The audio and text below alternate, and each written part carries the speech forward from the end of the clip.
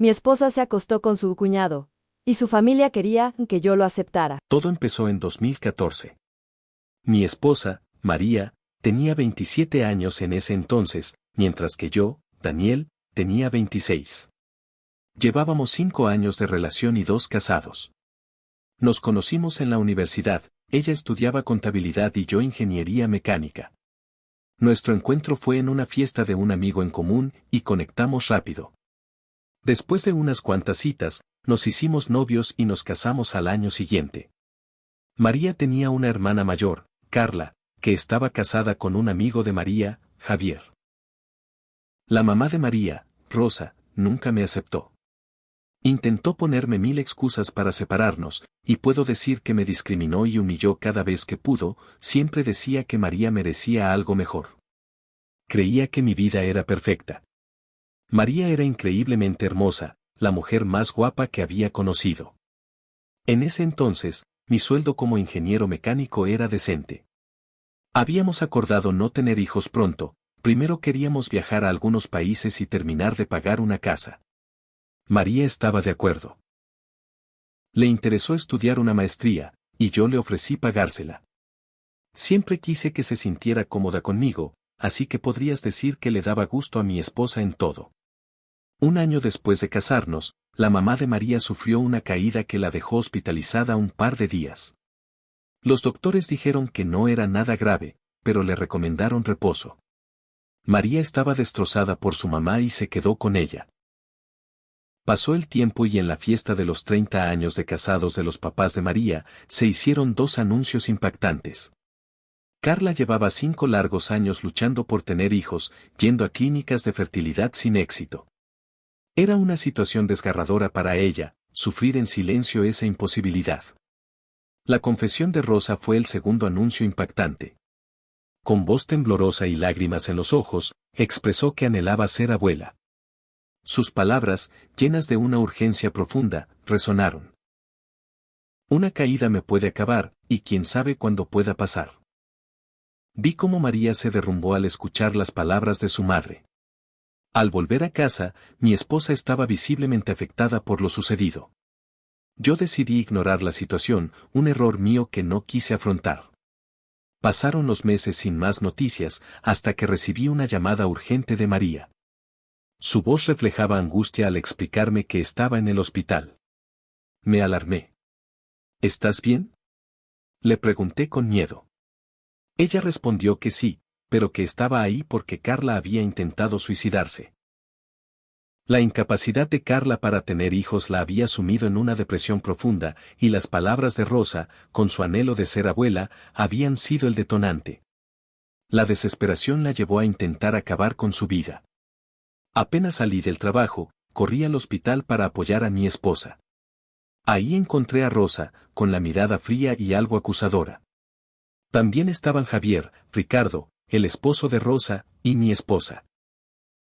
Intenté entender la situación, y hasta cierto punto, Rosa me culpó por el intento de suicidio de Carla.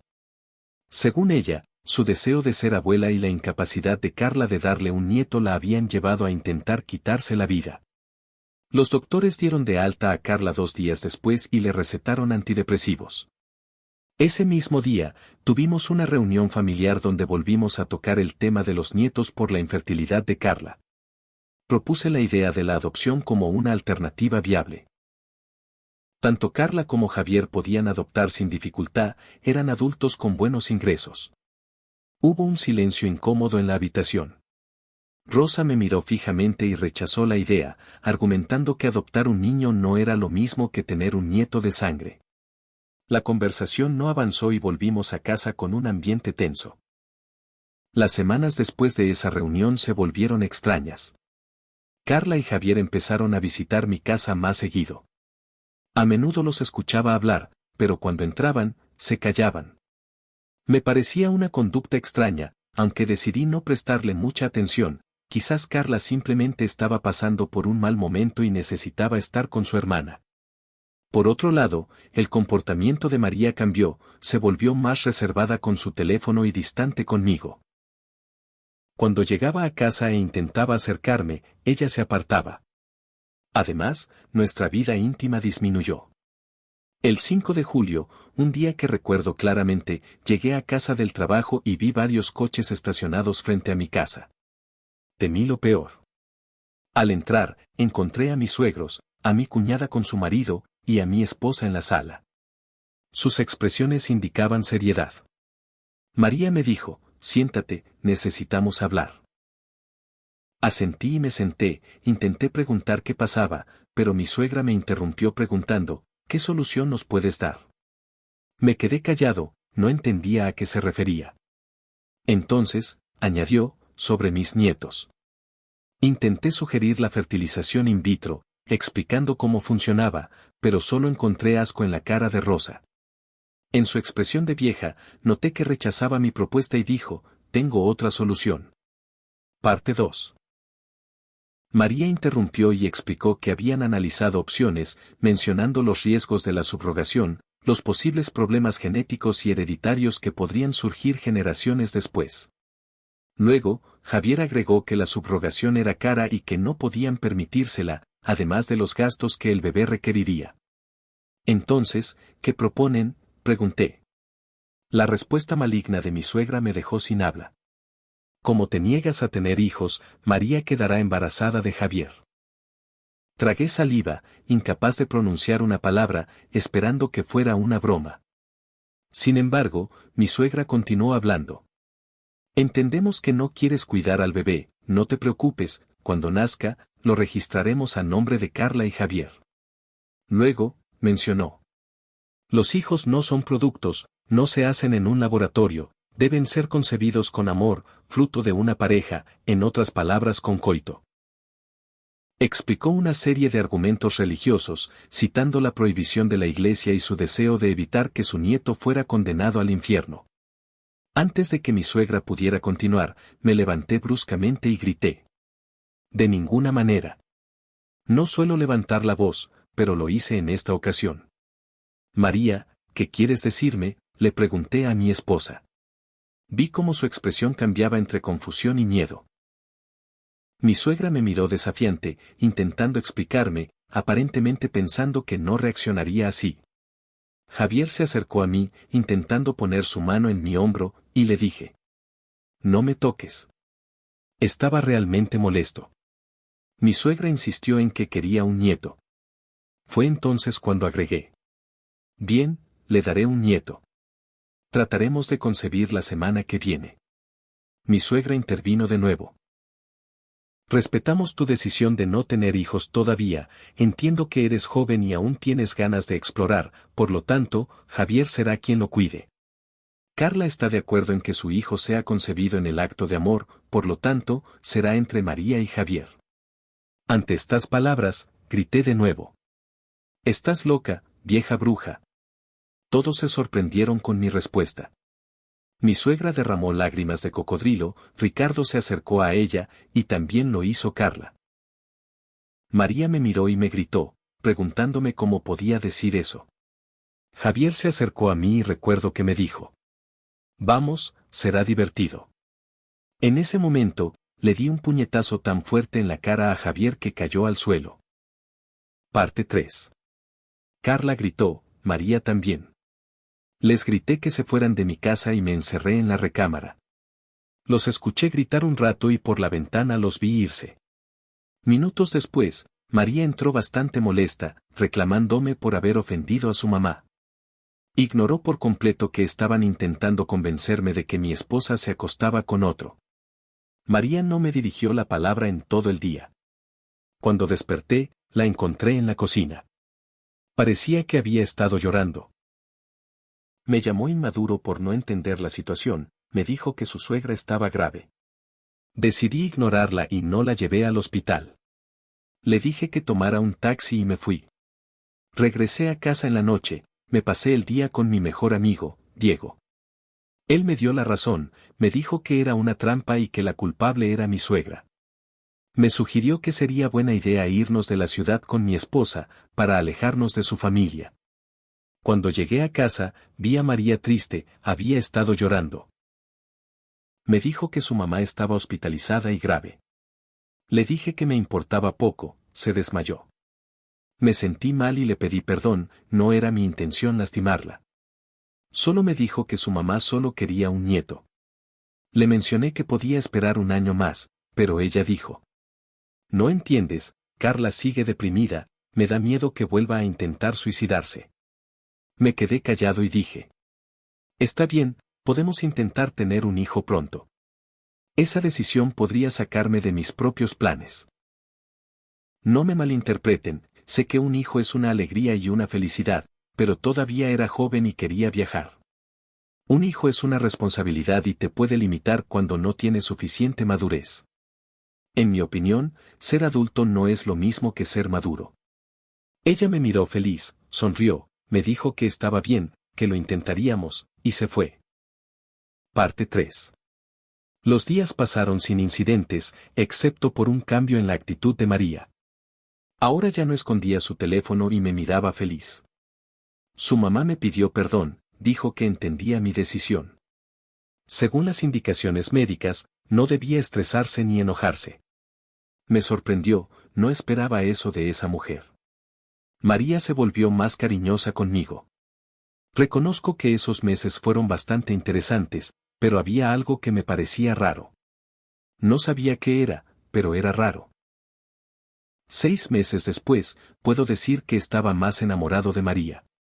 No sé cómo, pero de alguna manera logré darle lo que me pedía. Si María quería una tele nueva, se la compraba, si María pedía un día en el spa, se lo daba. De alguna manera, en ese tiempo, todo lo que María hacía o decía se convertía en mi prioridad y lo hacía para verla feliz. Sabía que mis palabras y mi actitud la habían herido, y quería verla feliz. Rosa ya no insistía en tener nietos y Carla parecía estar mejor. Me alegraba por ellas, y además tenía una sorpresa planeada, algo que llevaba tiempo preparando. Había estado ahorrando suficiente dinero para unas largas vacaciones en Canadá. Quería llevar a María de vacaciones, todas esas situaciones estresantes anteriores fueron mucho, y quería sorprenderla. Regresé del trabajo el 6 de marzo, tenía los boletos listos para viajar en 2 semanas. Llegué a casa y la encontré vacía. Subí a la recámara y encontré una nota de María que decía: Daniel, ves que nada cambia en nuestra relación. Te amo más que nunca y sé que tú a mí también. Mi mamá se ha vuelto más cariñosa contigo, te aprecia a su manera. Sin embargo, Carla no puede ser feliz, y sé que la culpa de darle un nieto la está destruyendo. No te lo había dicho, pero sé que lo vas a entender. Has cambiado mucho en estos meses y sé que eres lo suficientemente maduro y me quieres demasiado. Mis papás, Carla y Javier, harán lo que planeamos hace 6 meses. Hoy nos vamos de la ciudad, me embarazaré con Javier. No te diré a dónde vamos porque sé que tú y yo no deberíamos sufrir situaciones estresantes, ni Javier tampoco. Carla me dijo que él se pone nervioso y que tal vez no lo logremos a la primera, por eso nos iremos un mes.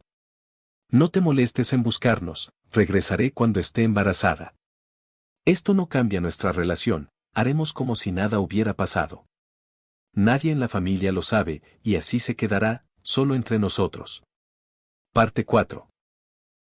Cuando terminé de leer la nota, sentí tristeza y humillación. Lloré, no lo voy a negar, me había dolido.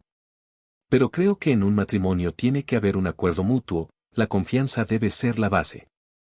A María le valió madres y se pasó por encima de mí, junto con su madre. La tristeza que sentía se convirtió en indiferencia 2 días después. Entendí una cosa que no sabía, las técnicas de persuasión de algunas personas. Tanto María como su madre me convencieron de intentar verme como el marido que obedece todo y perdona, pero ni eso iba a hacer. No iba a dejar que se pasaran por encima mío.